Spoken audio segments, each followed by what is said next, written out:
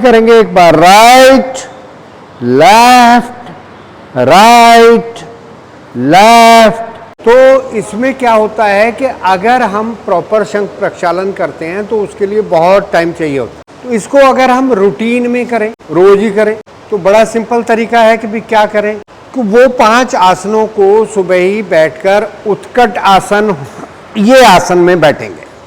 कागासन भी कहते हैं इसको, हाँ, मलासन में पैर ज्यादा फैलते हैं तो ये, हाँ, कागासन कहा जाता है। तो जिन लोगों से नहीं बैठा जाता वो, हाँ, चौकी ले लो, पटरा ले लो, ऐसे बैठ जाएं। तो क्या होगा, जब ये काफ पर इसका प्रभाव पड़ेगा, तो काफ पर प्रभाव पड़ने से क्या होगा, पेट पर दबाव बन रहा है। पेट पर दबाव बन रहा है तो जो हमारी आंतों की पोजीशन है वो मल को आगे धकेलने लगती है। इसमें बैठकर आपने 2 गिलास पानी, चाहे वो गुनगुना पानी हो चाहे वो सादा पानी हो, मौसम के हिसाब से ले सकते हैं। जैसे आजकल है, बहुत गर्मी भी नहीं है, मौसम ठीक था जैसे आज सुबह, तो आप 2 गिलास हल्का गुनगुना पानी बिना कुछ और एडिशन डाले, जैसे बहुत से लोग कहते हैं ना ये नमक डाल देते हैं हम, ये डाल दिया, आप सादा पानी लें और 2 गिलास पानी अपने सिप सिप करके, नहीं, गटक के पिए, जल्दी से पिए। हाँ, 2 गिलास पानी अपना पी लें और उसके बाद अपने आसन पर खड़े हो जाएंगे। तो जैसे आप लोग ताड़ासन जानते हैं ना, दोनों हाथ एंगेज करेंगे, हथेलियां ऊपर की तरफ। इससे क्या होगा, आपका पेट ऊपर की तरफ खींचेगा। जब हम, आप मेरे पेट की तरफ देखें, जब हम सीधे खड़े रहते हैं तो पेट हमारा नीचे की तरफ ढलका रहता है। जब हम ऐसे एंगेज किया तो हमारी नाभि भी ऊपर खिंच गई। और ये 1 2 3 4 5 6 7 8 9 10। रिलैक्स। पैरों के अंदर 1 फीट का गैप ले लेंगे, दोनों हाथ फिर एंगेज करेंगे, श्वास भरेंगे, ऊपर खींचेंगे, खाली करेंगे एक बार, राइट लेफ्ट राइट लेफ्ट, दोनों साइड 8 बार। ये तिर्यक ताड़ासन या ऊर्ध्व हस्तोत्थान आसन भी कहते हैं। तो पहला आसन ताड़ासन था, दूसरा आसन तिर्यक ताड़ासन। तो दोनों साइड हमने 8 बार करना है और दोनों हाथों को नीचे ले आना। तो ये कोई ऐसे आसन नहीं है कि जो हमसे ना हो सके। फिर राइट हैंड लेफ्ट शोल्डर पर, लेफ्ट हैंड कमर के पीछे और पीछे की तरफ ट्विस्ट होते हुए दोनों साइड एड़ियां देखें। हाथों को हर बार चेंज करें। हाँ, कटी चक्रासन, पहला ताड़ासन, दूसरा तिर्यक ताड़ासन, तीसरा कटी चक्रासन।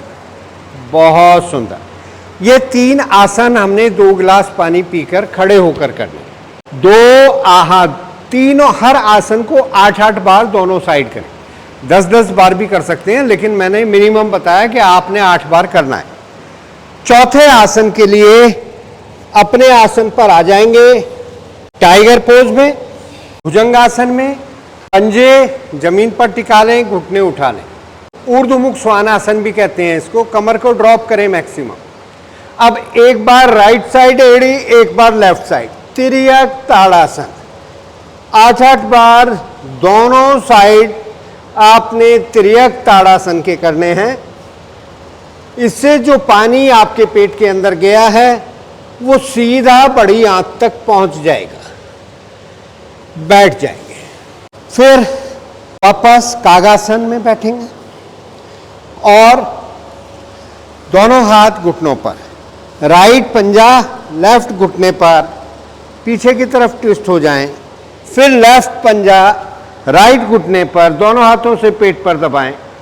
उदर आकर्षण आसन, जिनसे ये 5वां आसन नहीं होता, थोड़ा मुश्किल होता है, वो बैठकर पैर फैलाकर दोनों हाथ नाभि पर रखें और पेट को इस तरीके से हल्का हल्का अप डाउन मूवमेंट दें।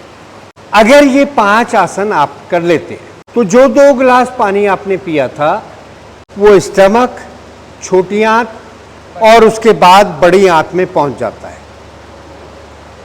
जो कॉन्स्टिपेशन की वजह से, आपका मल सूखने की वजह से बड़ी आंत में रुका हुआ है, वो आगे सरकने लगता है और आपकी कब्ज दूर हो जाती है। साथ ही साथ इसको लघु शंख प्रक्षालन के नाम से जाना जाता है। क्या बोला? शंख, जैसे शंख होता है ना, हमारी आंतों की आकृति वैसी ही है। अगर हम पानी ऊपर से डालें शंख में तो वो एकदम नहीं निकलता, उसको घुमाना पड़ता है।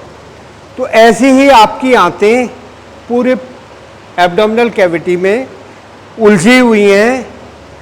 छोटी आंत तो बिल्कुल गुच्छा बना हुआ होता है, बड़ी आंत फिर ascending colon, transverse colon, descending colon, ऐसे मल आपका बाहर निकलना शुरू हो जाएगा और आप कब्ज से निजात पा सकते हैं।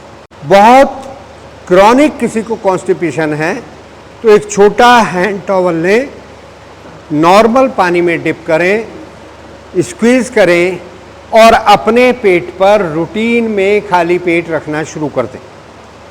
आपको नाश्ते से पहले ये पौना घंटा हैंड टॉवल को नॉर्मल पानी में डिप करके पेट पर, नाभि से 8 अंगुल ऊपर 8 अंगुल नीचे पेट पर रखकर लेट जाएंगे तो आपकी कॉन्स्टिपेशन दूर होगी और आपको कभी भी किसी दवाई का आश्रय नहीं लेना पड़ेगा। इसको कह सकते हैं कि बिना दवाई के अपने पेट को साफ करें। तो ये कब्ज के लिए है, बहुत अच्छी चीज़ है, अनुभूत प्रयोग है, आजमाया हुआ है। तो आप सभी जिसको भी कभी भी पेट की समस्या हो 2 गिलास पानी पीकर नित्य प्रति इस क्रिया को कर सकते। आसन मुश्किल नहीं है, आप लोग कक्षाओं में करते ही हैं। रेगुलर करेंगे तो पेट हमेशा ठीक रहेगा। एसिडिटी, साथ ही साथ कब्ज़ की कुछ बहनें भी हैं और नई नई बीमारियां होती हैं। पाइल्स हो जाएगी, ईचिंग होगी, पेट फूला फूला रहेगा, एसिडिटी रहेगा, गैस बननी शुरू हो जाएगी।